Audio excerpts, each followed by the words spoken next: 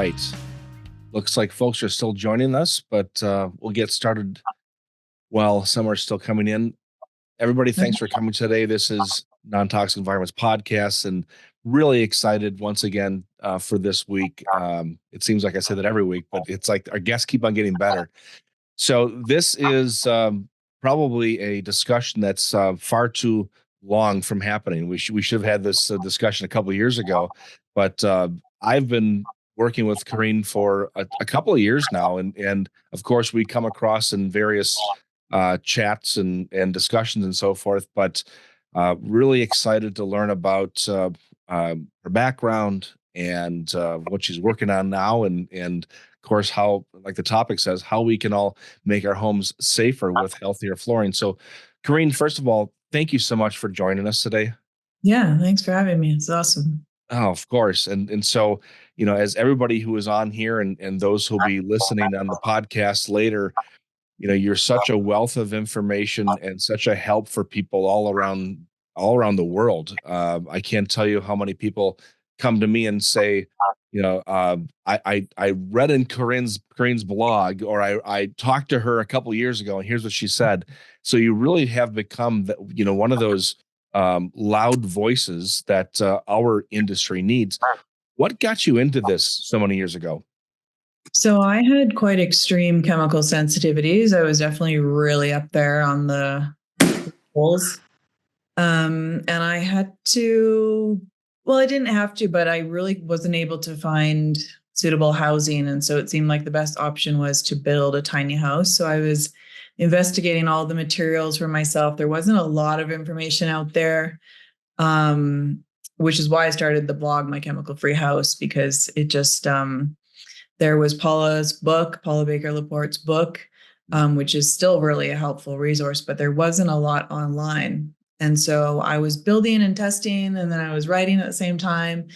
And it just started as like that small little project. And over time, the tiny house wasn't really built right for mold because I only knew about testing materials. I didn't know about that you also had to learn about building science and so many other construction details. But that didn't work out in terms of mold, but I did continue to get better in terms of my MCS, chemical sensitivities. It took many years. I mostly got better from avoiding mold and different kind of just going through that process and healing from mold. And then I did the Gupta program right sort of at the end. And that just kind of got rid of those last little kind of loops that my brain was like stuck on a few little things. I was still extremely sensitive, like 6 months ago or so, to like a few things. And in general, I would say I was mild, but then there were, so those have gone away completely since doing Wow. that. That's fantastic. So obviously this wasn't your, 20 years ago, you didn't think that when you grew up, you're going to be doing this for a living, did you? No, I have a degree in anthropology and international development, but you know what? It was funny because there's always these little like hints in life. I was always wanting to do this BCIT course. If you're from Canada, you might know BCIT, and it was about green roofs and like sustainable buildings. And I was like, I really want to do that, but it doesn't really seem like what I should be. I was kind of pushed towards like, a bachelor in arts kind of area. Mhm. That's interesting. It's fairly often where I get a client that says, I've been working on this for so long. I've been doing these things in my own home and learning about this stuff, that they then say, I should write a book, or I should do a blog or help other people. But it never really happens because, life gets in the way and we have other interests and so forth. But, this is what you did. And I applaud you. Everybody does, for what you're doing, because you've learned so much from your own personal journey. And the best thing you can do is help others who are along that same path. Well, I find this really interesting. Like when I fully recover from my fatigue, I'd like to like physically build houses. Like I love doing this. That's fantastic. So, um, how do you choose a subject for your next blog? Is it because of just something that you've been thinking about, it's on your list, you got to get to, or do you have folks coming to you saying, I wish you would talk about this? There's definitely hints in my comments about things that I haven't covered, sometimes things I hadn't thought about to cover. So I definitely listen to what people are saying. I read all the comments. I'm responding to all the comments right now. Um, Things that came up in consulting sometimes I do look at like what people, there are programs to look at what people are actually searching for. So I can see like 1,000 people are searching for this. I'm like, oh, okay, well, that's in line with what I do. So let me write about that. Hmm. I like that. I like that approach, and kind of taking that proactive approach. Like this is the information they need. So let's start researching that. How long does that take? If you decided that you wanted to talk about gutter guard systems, I mean, how long would it take for you to put together that information? There are articles where I already know the information. I'm like, man, I should have just written this down. So as other articles that I write in an hour because I know all the information. And then there are articles that have extensive research. I like doing a lot of testing. I did a test on how to get rid of plug-in odor. I won't say the brand, but you know the brand, plug-in odor on drywall. And yeah, that was really successful. I'm working on one for essential oils, which is turning out to be trickier, but I'm still working on it. So I Oh, really like in-depth like testing. I get samples of especially flooring. I get flooring samples, like multiple samples a month usually. wow.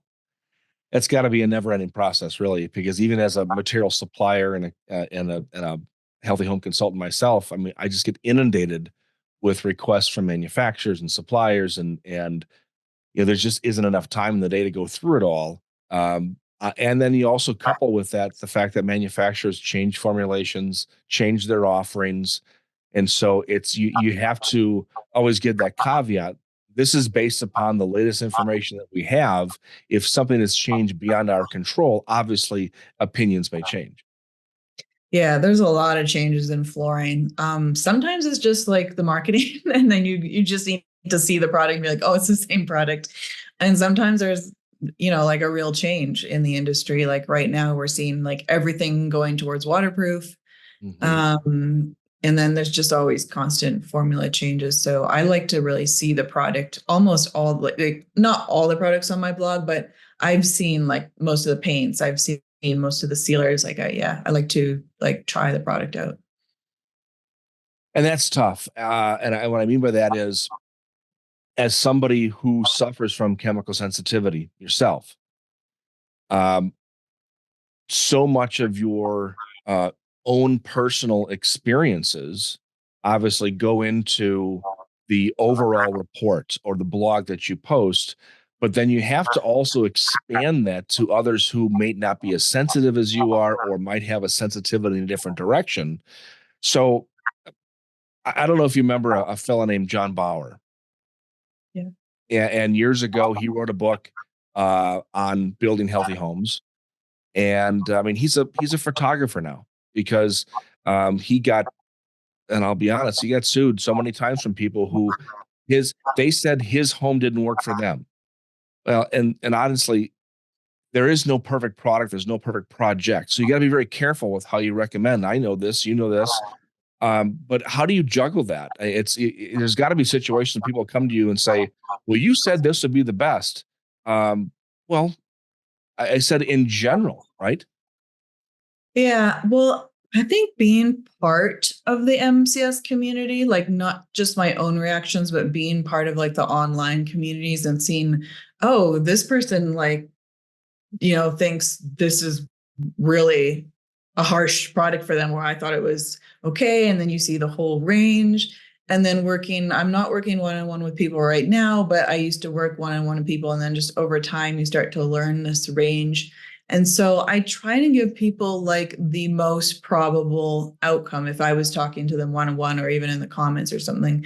But so yeah, I might say most people don't react to like the smell of wood, but some people are so sensitive that even the wood itself. So that's a way that you can kind of explain it. And you do have to trust yourself. You do have to get your own samples. You do have to make sure the samples are new as possible. And yeah, you have to trust your own best like trials there.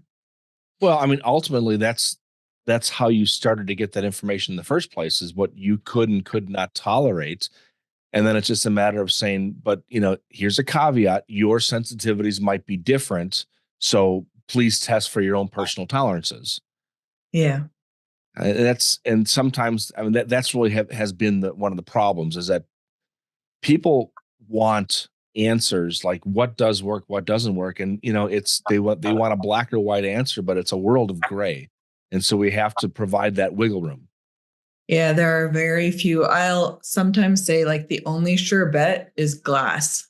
Glass is probably the only thing that nobody reacts to. I've seen people react to metal. I've seen people react to tiles because there's a very slight mineral smell. It's not toxic, Yeah. but anything that has a smell is a potential for a reaction that may even not, may not be toxic. But yeah, so everything, almost everything has a possible reaction. Wow. That is very interesting. So let's get into a bit some of the materials, because I know that people have asked a lot of questions about this, and always want to know, what are your most popular questions about flooring that you are seeing today? The questions about flooring is like how to make that choice individual. Like, there's all this information. There are so many flooring choices.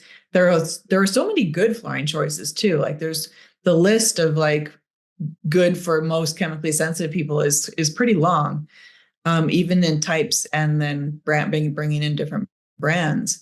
So like what people really want is like, how do I choose? And the first point, which you've always talked about with your degree of green, is like, what's what are your priorities? Like, not just what are you reactive to, but what are some things that maybe you're not reactive to, but they're high priority for you, high priority chemicals to avoid. Maybe it's a red list chemical list because you've had cancer and you want to avoid like the Prop 65 chemicals. So that's, and some people, you like, my blog doesn't usually talk about the environmental impact. I do know about it because just when you read so much about fluorine, you kind of you Sure. get the idea, even if I wasn't specifically looking for that. So for some people, environment is important. Most of our people, both of our Mhm. peoples, are probably more looking for like what's healthy for the indoor air quality. Yeah, definitely. And so, right now, the big push has been, a white oak floor. They want that modern farmhouse look. I just had a call right before we talked today.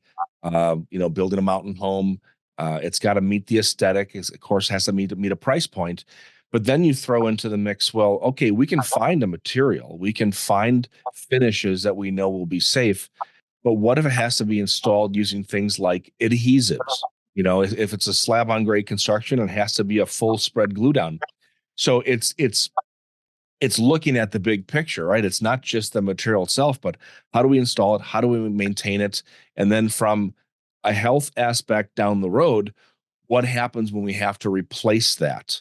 What's the health impact of replacing that floor? So it's a little bit bigger than just the floor choice itself.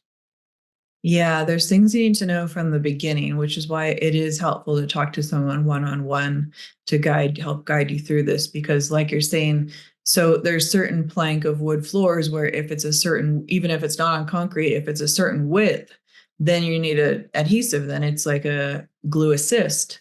Yeah. So you might not know that. You might be like, wide plank is so popular. I really like the wide plank. And then you didn't even know that that's going to change your install.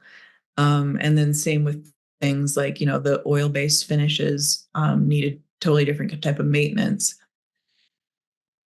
Different type of maintenance, different type of the down the road, if you have to refinish it, it's a different chemical set to do that.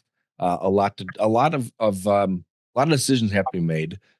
So I remember 30 years ago when I first got into this business, more than 30 years ago now. I mean, I had the only manufacturer I had to choose from for flooring at the time was the Forbo Marmoleum product. Good old fashioned natural linoleum, made from pine resin, wood flour, mineral pigments, spread onto a jute backing. Linseed oil, of course, which gives it an antibacterial, antistatic. Uh, have you seen that becoming more popular again, or is that still kind of on the fringes of what people are looking for? It's not something that people bring up very often, over even quite a few years of working with people. I do think it's a good product. I think it's definitely the replacement for vinyl sheet. Like if that's what you were thinking of for your kitchen. It also has a really cool modern look. Like I really like how like I would use this in a tiny house that was really modern because some of it looks like concrete, like a little bit like concrete. Yeah. And so you can get that really like nice uniform look that you can't really get from, I mean, other than concrete itself and maybe tile, but tile has the lines. So it's kind of a cool look. And I think, yeah, I have an article just on natural linoleum, even though it's not super popular, but I like to also, yeah, tell people about like what I think is a cool product. It's one of those things where it's like cork flooring. You either love it or you don't really like it at all, right? It's very polarizing. Yeah. But Forbo has done a good job over the last few years, really broadening the scope of their aesthetic. I mean, they even now have some textures that make it look like a slate floor, more linear patterns to give it kind of that modern wood look. So they are improving that, but then it's a matter of finding contractors who know what they're doing, putting it in properly, and then remembering too that it has to, the glue down sheet has to be glued down. So it's like taking a step backwards to take two steps forwards. Yeah, I would definitely make sure you have an installer that's done it before for at least for the sheet. Like they have a click together. That's obviously quite easy. Mhm. And anyone that's installed a click, I believe anyone that's all has installed a click together floor should be able to figure that one out. But yeah, the sheet's a bit different, especially if you're like welding the seam. So you might, yeah, there's different things you need to look at the same time. Like not only the maintenance and the glues, but like, do I have an installer in this area? If I want to do like a linseed oil finish on my wood floors, like, has anyone done that before? I wouldn't go with someone that hasn't done something before because I've tried that and it's not always the best results. It could be fine, but yeah. That brings up a good point. No matter what you and I would recommend for somebody on a project, if there's not good support from the contractors or even the manufacturers themselves, Yeah. close enough where if you're having a problem, you can reach out and grab somebody to help. Quite often, customers will want insulated concrete form for building materials, or they want some, exotic geothermal cell system for HVAC. But if there's not somebody locally who can actually troubleshoot when necessary, and you will need that at some point, it's kind of a moot point to do it.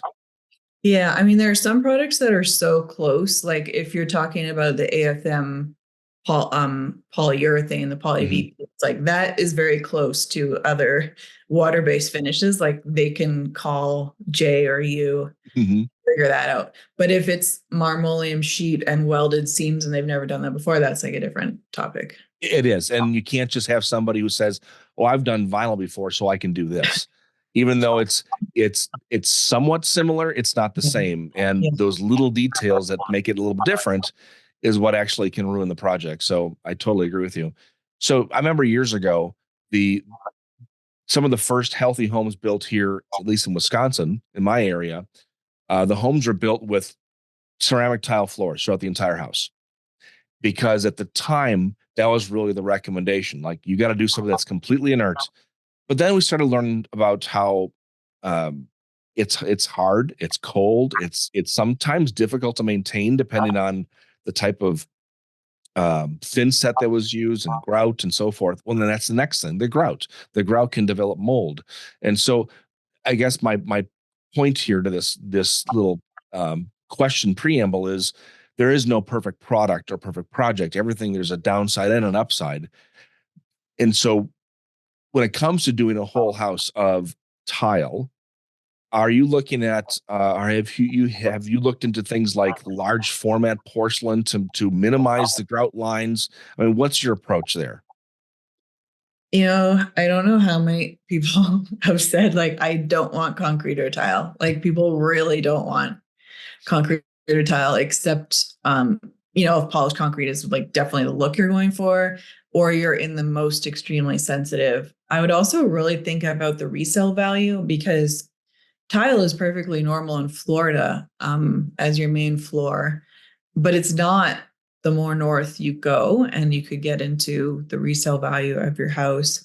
There are some really large format tiles. I don't usually see mold growing like just in a regular room or even a bathroom. It's pretty uncommon. I think you can prevent that if it was installed right, and maybe a little bit of a grout sealer, like the breathable one, like the AFM grout sealer.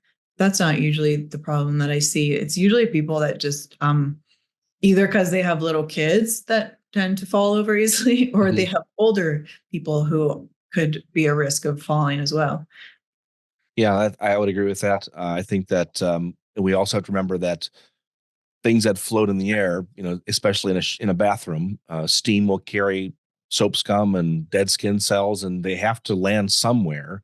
And a grout material is just a nice, comfortable environment for mold spores to hang out and feed upon that mess we created. So it's a matter of keeping those things clean. Well, And within the shower, it's a little different. Yeah, yeah, like a lot of times if I see grout in a lot of mold in the grout in the shower, there can also be mold behind yeah, going on there too. It could be surface though. It could be surface, like you're yeah. saying. But that's so, I mean, that kind of leads me to my next question, which is there's so much discussion now. I would say well over 50% of the clients I deal with on a daily basis are leading with, we've got a mold problem we're dealing with. How do we rebuild in a healthier manner? And so you mentioned this before when talking about some flooring, about the sort of the push in the flooring industry is to go with waterproof materials. Um, I understand what they mean, which is that means that water won't affect the floor itself, but it doesn't mean that water can't get underneath and affect Mhm. the subfloor and become not only a mold breeding ground, but also start to warp the subfloor. So if you're looking for flooring options in a home and people are really trying to avoid mold, and that's their main goal, what type of products would you point them to? So I don't think that like spilling things on floors is a major source of mold. It could be if the way that things get trapped. But I'm usually the main thing that I'd want to look at first is if there's a vapor barrier that's that could be causing a point of condensation. Like I'll give you an example. My best friend's brother just bought a house on the coast of Alabama. It's up on stilts, so it's like wooden stilts. So there's a big space under before you start the first floor. And they had some kind of engineered wood, like engineered bamboo or something with a underlayment, and the underlayment had a plastic, which most do, not all. But if you get like a foam underlayment, there's usually like a plastic layer, and there was so much mold on the plywood. They ripped out the flooring. Plywood is the subfloor because it was a point of condensation, the hot air coming from the outside condensating because there was AC inside. Mm, So that's usually when you're going to get like major mold. It's not mhm. usually from spills, but also with spills, I would consider like the different layers, and like it's ideal if things can't get trapped. Like if you're having a vinyl plank flooring, it's ideal if the underlayment is attached already and it's a good one, like it's a decent enough one that's attached, because then if you have another vinyl's already pretty waterproof. I mean, it is waterproof. It's up to the seam sometimes. And then another layer that blocks moisture. I wouldn't really want things getting trapped, Yeah, ideally. and that's kind of a difficult situation sometimes too because of the way the home's designed. A lot of times, like in the situation you're talking about, having heat and probably moisture that's coming up from the underside. It's a matter of having to probably do some better insulation from the underside so Yeah. we don't have that problem happening on that flooring material. And bamboo, I remember bringing in bamboo in the 90s, and one of the things they talked about how it was how durable it was and so forth. It molds very, very fast Mhm. because there's a lot of glue used to ply everything together. And so it's a huge food source for mold. And so you got to be very careful in those more moist environments. Yeah. So a question has come up that I want to talk about. And folks, if anybody has any questions for Corinne about flooring materials, and then of course even about past um, blog posts. I mean, she's really written on just about everything that you can imagine inside of your home. And so here's your opportunity to ask some questions. So one of the questions that came to me is I've got a client who is right now living in an apartment building. Now, apartment buildings are tough because we normally have really no choice as to what's going on, but the apartment manager is willing to work with her. They have to redo the carpeting in the main hallways. Uh-huh. So I know we talk about carpeting a lot, but have you looked at any like commercial grade carpets? And what are your thoughts there? I don't usually specify or write about commercial. If it was in the home, I have some ideas. They probably want to go with a nylon, like almost certainly. So I would look at, I don't know if you can get samples. Sometimes commercial products are harder to get samples of, but if you could, there are lower VOC options. Like one is Floor, FLOR. That's not really, I don't think, I mean, I think it is technically commercially rated, but I don't know if they'd be willing to do that because it's a tile. Yeah, we've actually done that in commercial apartment buildings and condo main areas. So that would work. Okay. So that's a really good one for nylon. So nylon, is usually what they want to go with. It's more typical. It might be more durable than polyester, or at least people think it is. So that's a very low VOC option. They also now have a new backing. They used to only have PVC or bitumen, and now they have a non-PVC, which is probably a polypropylene. That's what it looks like and feels like and smells like to me. Mhm. So that's great. Yeah, they're fairly transparent about like what's in it, and it doesn't need to be glued down. So they don't glue it in commercial, do they? They can, and that's one of the questions too. A lot of times they'll want to use like a pressure sensitive adhesive where they can actually peel it off if they need to replace a piece.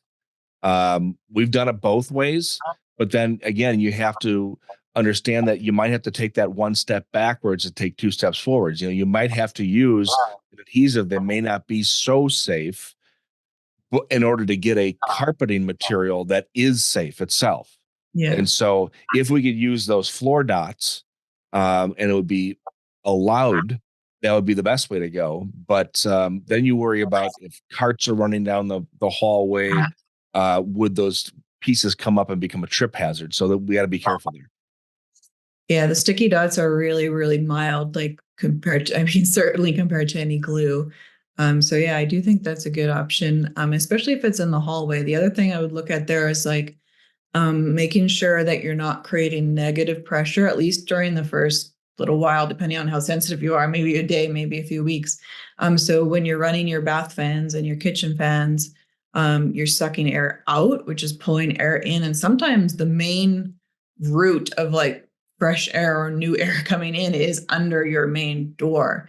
Sometimes the hallway has a positive pressure and there's air coming into the hallway. So it's bringing it under your door. So you can really kind of mitigate that, at least in the shorter term. You could maybe even like put some foam. I mean, you'd have to do it every time you open the door, but you could tape and put some foam if you're extremely sensitive. You could try and avoid the negative pressure or make sure you have a window open when you're running the bath fan at least. So at least there's like another clear like route for the air. So yeah, there's other things to look at there. That's a great point. I think that's so often we deal with odors coming from a garage or a hallway, and just changing the pressure of a space makes such a huge difference. I've even seen this with radon in basements. If Mhm. you can just change the pressure, take a small fan and direct it down the stairs, that'll actually reduce the radon that's coming up through the concrete slab sometimes by 50% or more. So there are very small things that we can do to make an improvement. It doesn't always have to involve thousands of dollars worth of materials and labor. Yeah, and once you learn about like these air pressures and how things are coming into your house from other spaces, you'll like and how the HVAC system works and how you can control it, you'll just feel so much more empowered, especially if you're extremely sensitive and these kind of things like bring you a lot of anxiety. You'll feel empowered. You'll be like, well, all I need is some tape and a window open and not to run the fan at certain times. So So I want to get off the subject of flooring a little bit. But I just had a question come in. I have a bathroom renovation coming up, and I'm wondering about what to use for my bathroom flooring. The shower walls will likely be Corian. So, what are you What thinking about for flooring there? what's the subfloor? Yeah, that's First question always. yeah, that'd be the next question. What is the subfloor? What are we dealing with? Let's The say the subfloor is just a plywood underlayment. yeah, they don't know probably plywood, so it's probably an upper layer. So it's either a plywood or OSB. It'd be really hard to convince me not to do tile in a bathroom, to be Right. honest. If it was on a slab, then you could do polished concrete. You definitely could do marmoleum. So in my post on bathroom flooring, I go into like the details, and I'll just say a few of the main ones. I would heat weld the seams. I would run it up the wall a little bit. I would, or use the cove. And I think Forbo, at least they used to have a non-vinyl cove. I haven't checked in a while. So this is kind of like your baseboards, except it's Mhm. plastic. Yep. And yeah, I would be very cautious with like the seam up the top, like it would be waterproofed, ideally behind the marmoleum, with the if you have an underlayment happening, and then caulked weld and like kept an eye on weld there. Yeah, I like the idea of doing marmoleum there, but I think that the biggest problem, I mean, to what you're saying, is doing that cove base. Very few contractors know how to do that complete cove base up the Mhm. wall. That's a skill set that I think is long gone. It's like Okay. trying to find a carpet installer who knows how to hand sew the seams. It's just very difficult to find. But if you can do that, you can always just use like a Schluter trim piece, yeah, up on top to sort of finish it off, Okay. which would look Yeah. good. But yeah, I would say you're right. Tile is going to be the number one choice. Marmoleum is a good choice. I even have companies now that are recommending the use of like the luxury vinyl planks. I'm still not a huge fan of that. I Well, think there's too much. they pull apart. Like they might pull apart. Yeah. I've had a bathroom in a rental that it wasn't actually luxury vinyl, it was the glue down, but oh no, there was another one that had luxury vinyl plank. It was a hotel. And it was pulling apart. And so if it pulls apart at the seams or like around the edge, because there's usually a gap, well, there always is a gap around the edge, and then you can have like a shift in the board. So it's not like the product's bad. It's just if it's not perfect, then you could get water under it. Yeah, I'm so fearful of water getting under flooring materials, mainly because I've had leaks in homes that I've owned over the years. And once you've had a leak, I mean, that feeling never goes away. I hear water drip from a half a mile away, and I just instantly go into shock. So I have to be careful with that, and I probably recommend things that are a little bit more over the top to make sure it's never a problem in the future. Yeah, me too. Me too. And yeah, and then you just go back to like, why didn't I just do tile? Right? Yeah, exactly. Okay, so I'm going to ask a question that's completely unrelated to what we've been talking about. Have you done a blog post, or is this on the list to do about appliances? I get so many calls about appliances, wash machines, the chemical off gassing of the gaskets, the painted finishes, about dishwashers and so forth. Is it so? What do you think about this?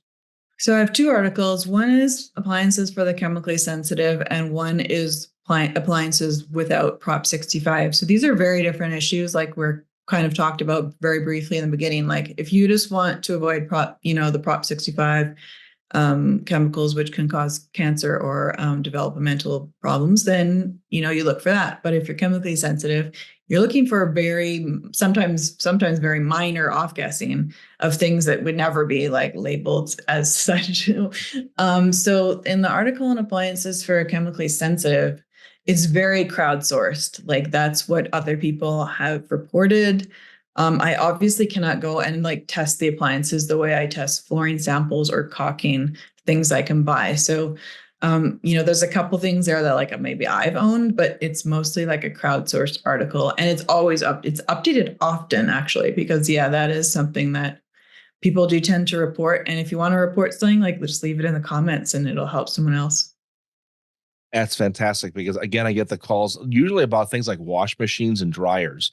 Yeah. Uh, And I at this point I say, avoid the front loaders because that's where, mold problems happen more often. And then get a really good commercial grade, speed queen or something like that with a lot of stainless steel in it. But beyond that, it might come down to, as you say, anecdotal information from others who have gone through this already. What do they end up going with? Yeah, well, Speed Queen is the top choice for sure. There's Gear Dry versus Drum Dry, I believe it's called. I might be saying that wrong, but check the article. And then there's scents that are used in especially dryers, but sometimes they're adding like a sample of something to a washing machine. So I also list out, as far as I know, like which brands are doing that and not doing that. There's also one brand, I've forgotten which brand it is, that adds, it's in the article, that adds a fragrance purposely to the seals. So they admit it. I mean, everyone could already tell, but like they did admit it. And so, yeah, those are some things you need to look for. It's interesting. I'm looking around my desk here because I just got mailed to me a gasket. So, folks, Really? here's what Corinne and I deal with on a regular basis. People send us stuff. And so, they'll send us is this going to be a problem? This is for a very good client of mine that's building a new home right now. And we're choosing cabinetry for the house. And there's a rubber gasket in the cabinetry. Yeah. And that rubber gasket is probably an EPDM rubber, and Mm. it has a fairly strong rubber smell. So I'm scouring the planet to try to find a gasket that's made from 100% silicone, because typically silicone is less likely to emit. However, I get a sample and it smells just as much as the other one.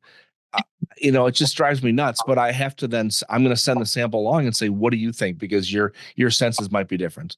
Yeah. You're saying the silicone smelled bad? Yeah. Well, I don't want to say it smells bad. And here's the caveat. It smells, but it smells different. Okay. And so then it comes down to which one is more acceptable.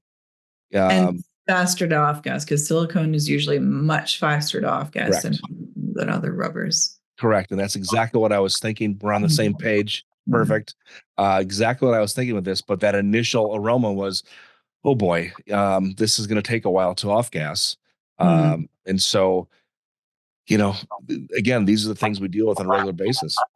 Yeah, because that's for metal cabinets, right? So that's Yep. like, you think it's going to be all perfectly metal and not have any off gassing, then you have to look at, and some of the metal cabinets I think have some wood components too. So you have to actually get down to everything. If you're going as far as metal cabinets to start with, then you probably need to go as far as what are the other little tiny gaskets and things.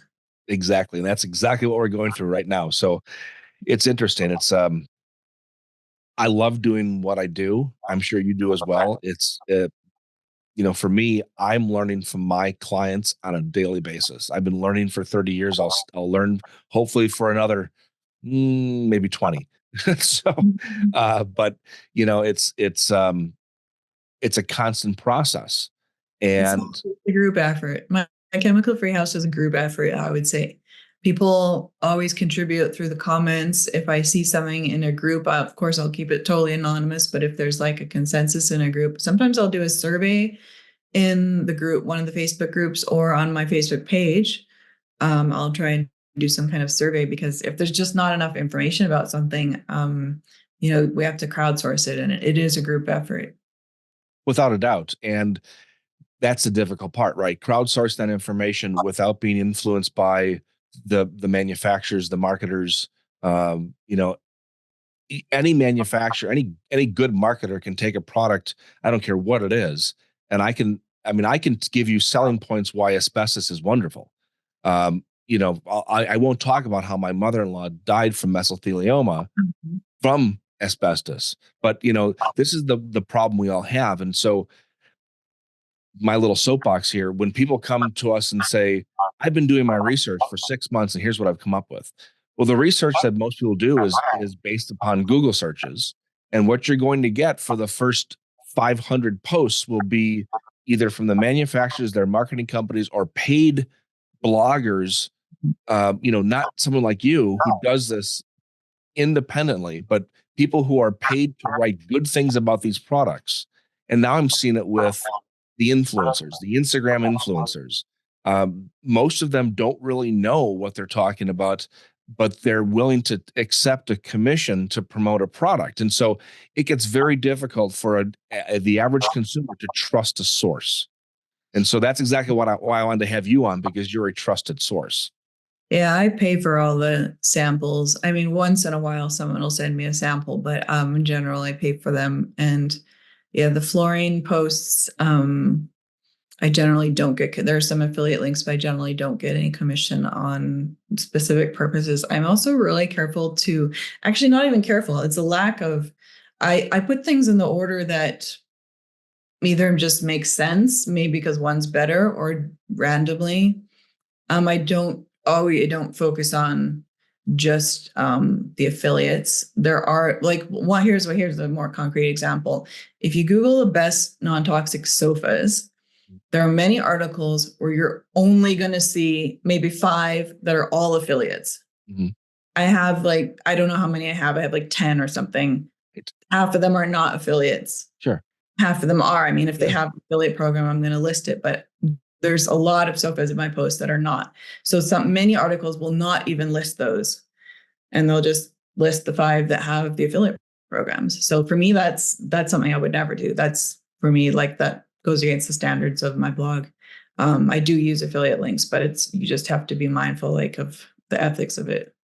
Well, and I encourage people to go to your site and if you get an affiliate link, that's fantastic. I mean, because you're doing this, you're not doing this as a marketing company for a manufacturer. You're doing this for you and for others to learn from what you've gathered over all these years. And so there's got to be a way to support that, and that support is through those links, and that's fully understandable and acceptable. And I encourage that. I'm more concerned about these. Again, I call it the Instagram influencers. I remember a couple of years ago, it became very popular for the Instagram influencers to promote a couple new brands of air purifiers and mattresses that nobody's ever heard of. Yeah. But all of a sudden now everybody's pumping these brands, and they weren't very good products, but they got great publicity. Yeah, there are certain product categories where there are more, like where almost every company has an affiliate program. So that's like a thing to know when you're looking at mattresses or air purifiers. I do have a lot of non-affiliate brands in my mattress post because it's very specific for the chemically sensitive, and there are some small companies in there. And then the other thing to keep in mind is like the more expensive the product, the bigger the commission. So you might see like someone promoting like a more expensive version of the same thing. And so that's another thing you can look out for. Yeah, definitely. So, all right. So that's enough of my rant on Instagram influencers and people who you should trust. A question came in about tile in a beachfront condo. There is concrete under the tile. Could I put Cali vinyl floor or the formable marmoleum over the tile, or should I just leave it and clean it well? Kind of I mean, you could do either way, and it can be done safe either way. What are your thoughts on that, Corinne? There's a couple things there. Tile over a concrete slab that the person probably didn't do themselves, right? So we don't know if there's already a vapor barrier under the tile. There usually is, because it's a decoupling, uncoupling layer that helps prevent cracks from coming through, telegraphing through from the slab. So in that case, you already have a vapor barrier. It like doesn't really, you could like marmoleum is a breathable floor. So that's actually really great. Like if there was already a vapor barrier and then you put marmoleum on top, but I don't think you could do the sheet over tiles without doing like a self-leveling cement, right? Yeah, you would have to, yes, because everything would telegraph through. Yeah. And so you're right. You would have to put down a kind of a scratch coat of a very, very thin leveling compound, and then you could glue to that. Um, it might also be a situation where you'd have to look at how much height we have to work with, toe kicks for cabinetry, door jams. It'd be better just to maybe just bust it out. I will say this too about tile over concrete. It's amazing how many contractors give me grief when I say they need to put like a Schluter Ditra underneath the tile when they're going over concrete. And they'll say, oh, we've been doing this for decades. There's never a problem. Folks, if you have a concrete slab on grade and you put tile over it without an uncoupling membrane, it's not a question of if it's going to crack, it's a question of when it's going to crack. And so it is a huge improvement to the project to put the decoupling membrane underneath. And so to your point, if you don't know if you have one or not, you might be putting yourself into a situation that you're blocking that vapor transmission.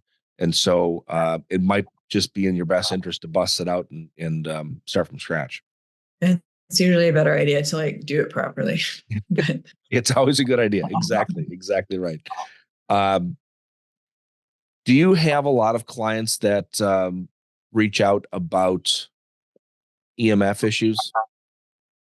Yeah, it's not something I cover. I don't have the expertise for it. I have worked with an engineer who tried to teach me, and it's quite complicated. If you actually get into it, like you could talk about, oh, hey, this shields this. Like you could learn a little bit about it, but to actually fully be like an EMF consultant, I believe you should actually have like some really deep expertise. I do know about how like the thing I always need to know about is like how my material recommendation might affect your EMF sensitivity, or how my material recommendation is going to affect like mold potential. So even though I'm not experts in those specifically, I need to know how things go together. So if I was talking to someone about a trailer and it was all metal, then I'd have to just know that they were okay, like in a metal box. Right. But usually most materials don't really interact with EMFs in that way. Right. It's interesting that someone will come to us with a question about one product, and as you say, it goes on to the next and to the next, and you have to kind of look at it in layers. But with the Degree of Green program that I started many years ago, it's all about deciding up front exactly what we're dealing with. Are we dealing with a client who has a chemical sensitivity, a mold sensitivity? Is it somebody who suffers from chronic inflammatory response or mast cell activation? Are we looking to avoid all odors? Are we looking to avoid or just synthetic chemical fragrances? And there's so many things we can look at, and it seems like a daunting task for anybody to do this on their own, which is why it's so important for people to go to your website and go to your blogs and read about all the different materials and systems that you have investigated over the years, and then to work with somebody like yourself or me to now put that into action and make sure that the design build team understands exactly what we're trying to achieve here. Yeah, I wouldn't go through it without a consultant. I would say about the EMF issue, I've almost always seen it resolve when people resolve the mold issue. And so that's another reason why I don't consider it like something of like the highest importance that I would have to really, really focus on. Of course, if you're having symptoms because of something, you need to like take care of yourself until you get better. But I do find mold underlies both chemical sensitivities and EMF sensitivities. And so focusing on that first and making sure maybe you can't even move into, like there are people who can't even move into their house for the first 6 months. And that, but if you've built a really mold safe house, it's going to actually last you a really long time. You can make it through that stage. And maybe there's some ways to mitigate and create a temporary shelter or do something so that you have a long-term solution. The little bit of what you said in there about how if somebody has a mold sensitivity, that usually means they'll also have a chemical sensitivity, EMF sensitivity. 25 years ago, I remember there was discussion about adding MCS to the American Medical Association's list of documented diseases and teaching about it in medical school. It never got added. And I think what has occurred in these last 25 years is that we've learned so much more about not only chemical sensitivity, but what causes it. And so it used to be thought that chemical sensitivity was the disease. Now we're finding that in most situations, if not all, and I'm not an MD, I only talk about this as if I know what I'm talking about, but what I hear and what I hear from my clients and from other professionals is that chemical sensitivity is just a symptom of another underlying issue, such as SIRS or mast cell activation or Lyme disease or dysautonomia or something like that. And so this is ever evolving. Yeah, I've always seen it downstream of mold, based on how people get better.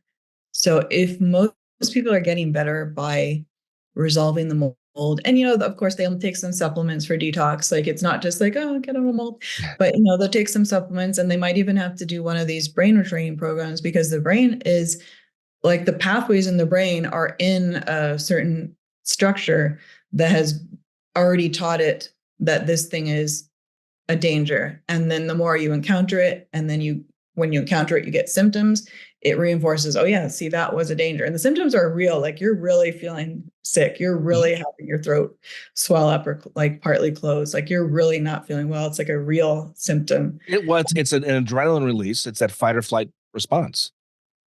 Yeah. So then your brain sees that, yep, that was a danger. And now let's guard against it even more. And that's how people can become more and more sensitive to smaller and smaller amounts, because the brain's just registered it as a thing that's in the environment. Register, now we need to react in the same way. So doing the mold and the detox, I think, is important. But then also like what I've gone through with the rewiring is really helpful too. It's a whole systems approach. It's not just that one thing. As you say, you can't just get rid of the mold and so forth, or you can't just say, we're going to build a healthy home with all healthy materials. But what if the HVAC wasn't, installed properly or balanced properly? It's a whole systems approach. There is no one method that you can use to say, all right, we're going to focus on that. And so a lot of it has to do with the individual client and exactly what they're experiencing, what their sensitivities are. So many of my clients nowadays are not actually sensitive like you are and others have been over the years, but it's more or less they don't ever want to become sensitive. So let's design and build a home that eliminates most of these problems. And again, it's a big system approach. Well, that's a lot easier. It's a lot harder when you have personal sensitivities, because they are quite particular in some cases, like how I had healed from almost everything except not essential oils. So like natural smells, probably the objectively least toxic thing was my biggest trigger until the end. So it is quite particular. So those are different. You need different types of help for each one. Building just for health, I think it's quite easy now. There's lots of great products, and you can work. I do think you should still work one-on-one with someone, because otherwise the overwhelm is just, and then the not knowing how things come together. Like you may learn everything about the flooring because you really did read a lot about it, but how everything comes together, finding the right installer and everything we've talked about. And then maybe there is some, EMF way that something like comes together, but how it affects the whole system. Yeah. Well, and understanding too that no project ever goes perfectly, and there's going to be issues along the way that have to be dealt with. And you can do all the research in the world, but if something, maybe there's a supply chain issue, the product you chose a year ago is no longer being made. Now, what do you do? These issues do come up, and so we do spend an awful lot of time in the consulting realm focusing on those things, those game time decisions. All right, we got to decide on something today, because if the order doesn't get in, it's going to delay the project. And so that's where it really helps working with a consultant. So last few minutes here, Corinne, first of all, what's the best way to follow you and what you are doing? Oh yeah, I would definitely follow my Facebook page. So it's not a group, but it's the My Chemical Free House page, because there's so much like updated new, like what's going on with the regulations on the forever chemicals, the PFAs, new products I think are good, products I am critiquing. There's lots of really interesting stuff on my Facebook page. And if you're not on Facebook, you can follow the YouTube channel or the Instagram. I'm not as active on Instagram, but yeah. And I think people know the blog is My Chemical Free House. So. Excellent. Yeah, I encourage everybody to go to the blog, follow, go to the Facebook page, follow. Corinne, it's been an absolute pleasure to have you on the show today. If you have any final thoughts or messages, the floor is yours. You know what I thought you were going to ask me in the last comment was, so what is the best flooring? Like there's actually just one answer at the end. Is there? So no, I just would say, like, if you have a question for me, definitely leave a comment in the comment section. I'm really getting to them all right now. Fabulous. Well, it's been a pleasure having you on the show today. And we really look forward to what your next adventures will be with materials and systems. And I hope everybody reaches out because you are a wealth of information. Thanks so much, Andy. All right, Corinne. Take care. Okay. Bye-bye, everybody.